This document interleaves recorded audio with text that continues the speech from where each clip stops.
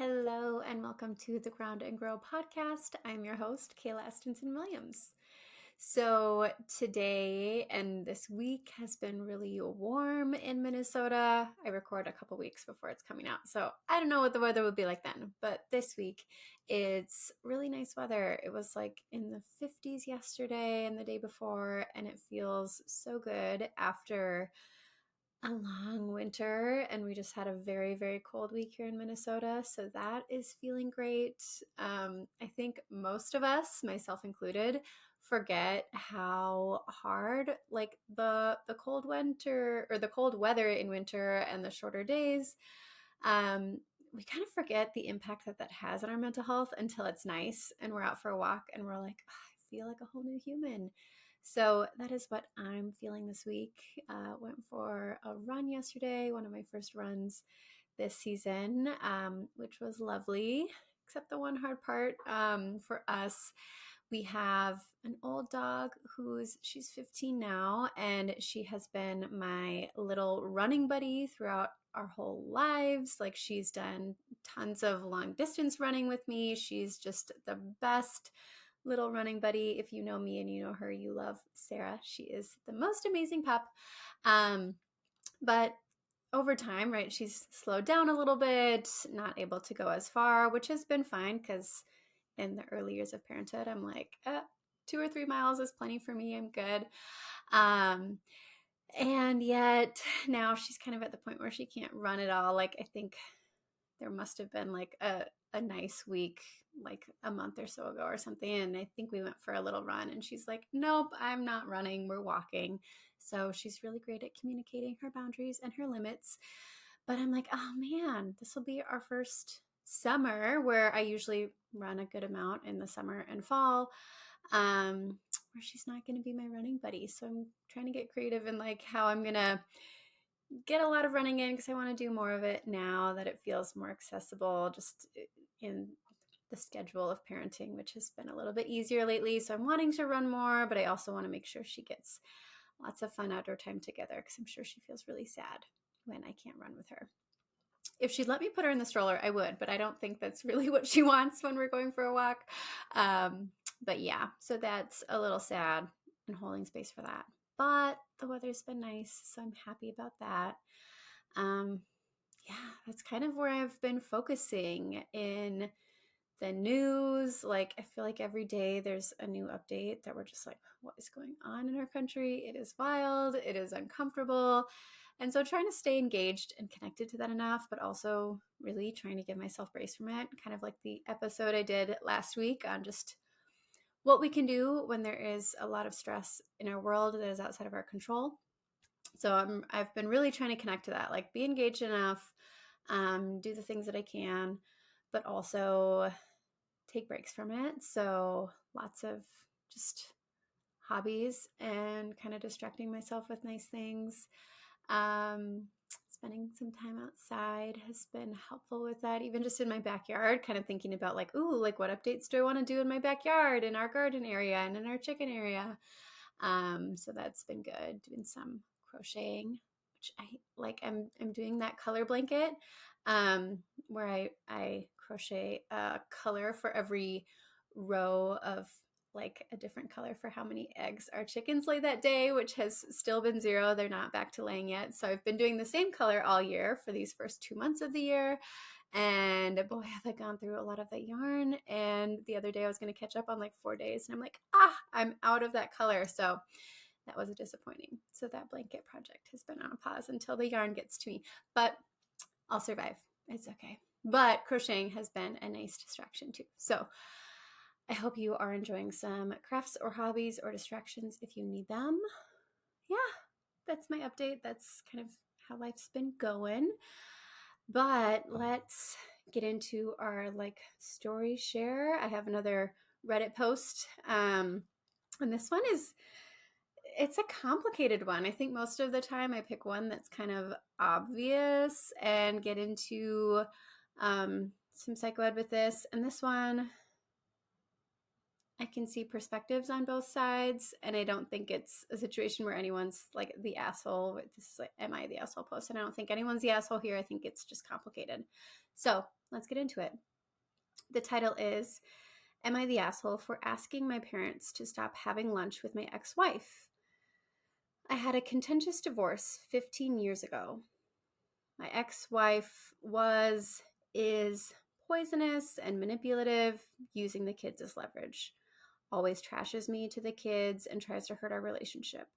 She's in a chaotic new relationship with an alcoholic that has caused my 14-year-old daughter to develop an eating disorder.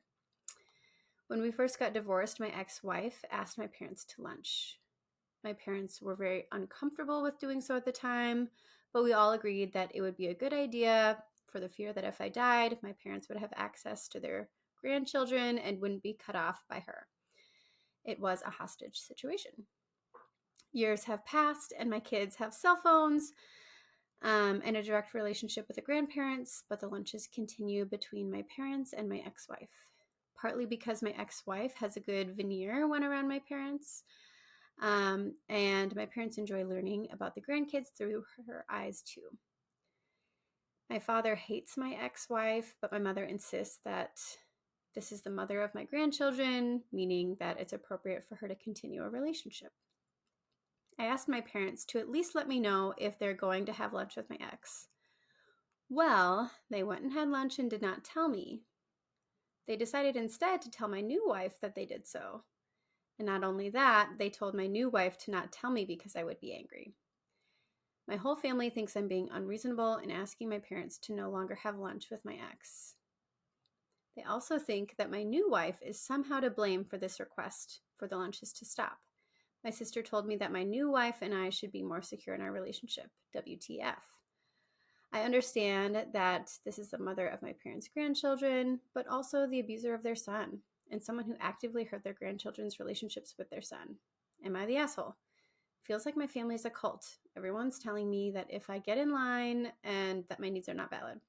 So I think there's obviously like some points that are clear, right? Like from my perspective and just what I would say in any situation working with folks is like that was a boundary violation, right? It sounds like the person writing this said, okay, at least if you're going to have lunch with my ex, like tell me about it beforehand, right? So absolutely a super valid request and not okay that your parents didn't respect that. And instead, I'm like curious about like what's going on, right? Why did they tell this person's new wife and try to keep that a secret? Like there's just, that's really messy. And I think with that, it's, absolutely like that needs to be a direct conversation with parents on how that was a boundary violation and that was not okay at all.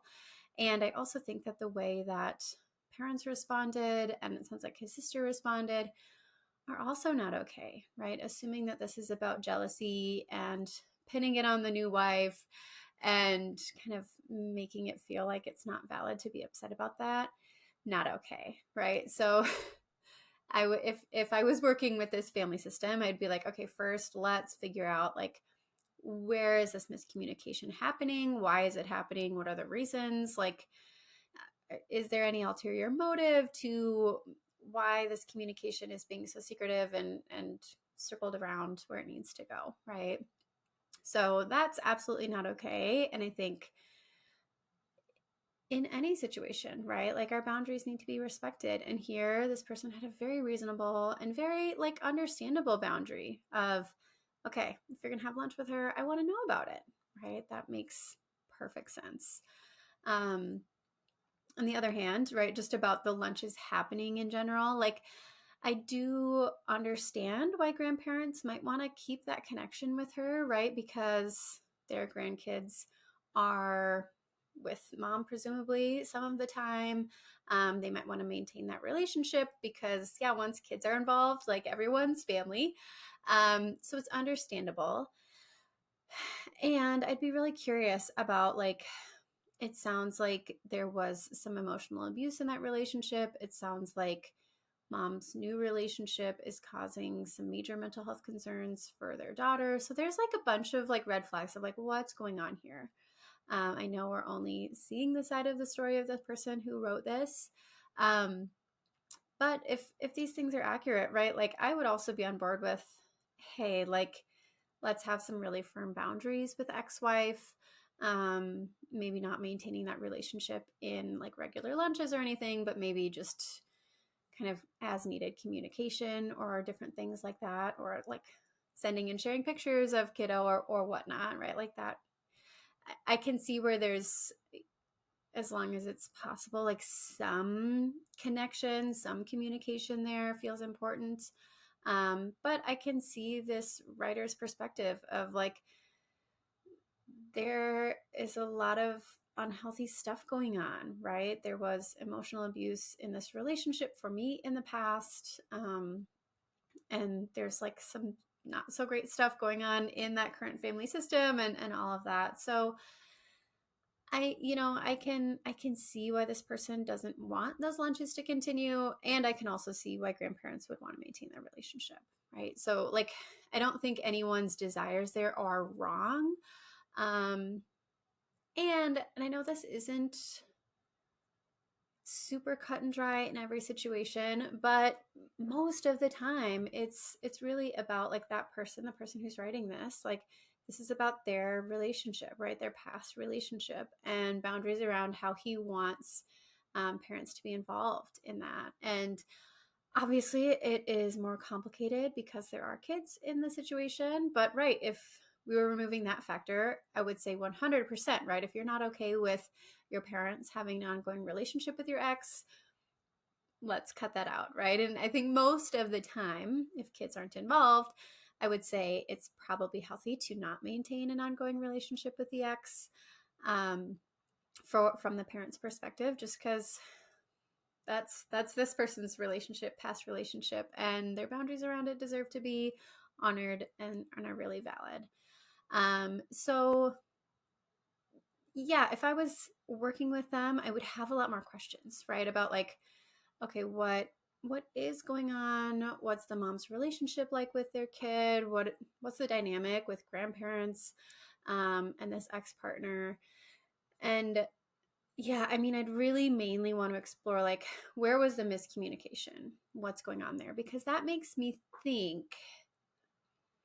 there's something else here, right? Like I think because parents didn't let this person writing know and instead went around to the wife and are now pinning it on this new wife as to why these things aren't to continue, and looking at it at jealousy, like I would just have some big question marks of like what's going on there and what's the relationship like with new wife and the dynamics there.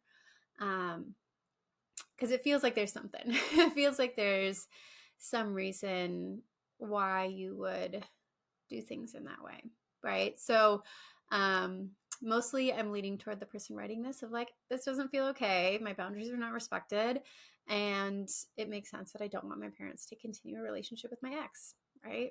I think that's, given the situation, the information we have, that's where I would lean. Obviously, I'm not, as a therapist, I'm not going to be like, and that's it, right?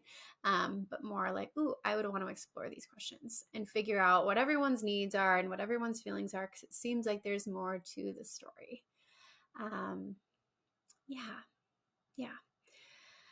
But on that, my little psychoed piece, which I kind of touched on, but I'll elaborate more on, is just the importance of boundaries and respecting boundaries to maintain relationships, right? So, here in that situation, when we're looking at the parents and the person writing this, the adult child, I think a lot of times, and what I see a lot in my work with clients who are adults who maybe have complicated relationships with their parents, is that they have boundaries that they want with their parents, right? Maybe due to past things from their childhood, or maybe parents are not always the most skillful.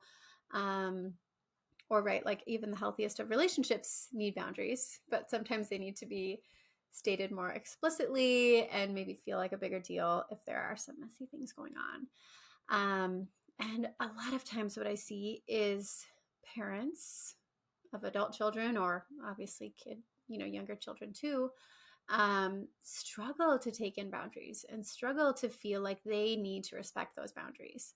And that feels really icky. And I think it feels disrespectful, because whether your kid is 35 or 5, they are a person who deserves to be treated fairly, deserves to have boundaries, has their own needs, has their own wants, has their own opinions. And especially when they're an adult and they, live their own consequences and all of those things, those boundaries are super important to respect.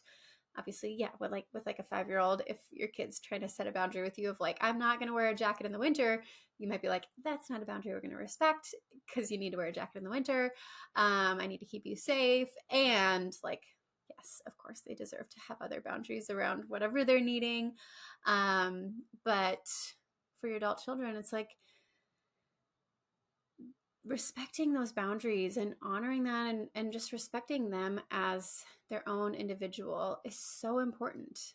And I know is not the norm, yet when parents respect the boundaries of their adult children, respect them as people, all of those things, it actually is going to improve the relationship, right? I think sometimes for parents, especially if they were maybe raised in a generation that wasn't very attuned to emotions and needs and all of these different things that we're more tuned into now, they might feel like this power struggle around boundaries or different wants or needs that their kid has, right? They might kind of still be in this like my way or the highway kind of thing. And I'm your parent, so you need to just respect me and do what I'm needing.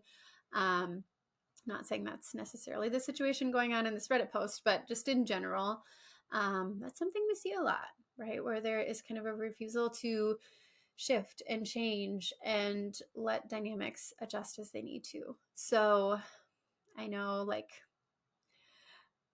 I'm probably mostly speaking to the adult children in this situation. That's probably where more of my listeners are coming from. But if there's any parents of adult children who are listening, like, here is a nice reminder and thing to explore of like, oh yeah, what are some of my kids' needs and boundaries that I might struggle to understand, and because of that I'm maybe not respecting, right? So when that shows up, that is a nice opportunity for some more communication, some more conversation around what is needed and what feels supportive. So that's my little psycho ed for the day. Boundaries are great for all relationships. They are healthy.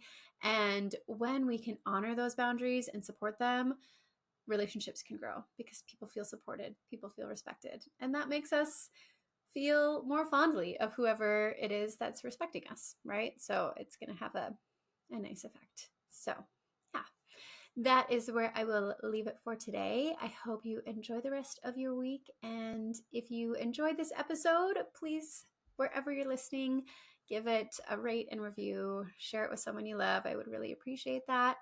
And I will look forward to talking to you all next week. Bye.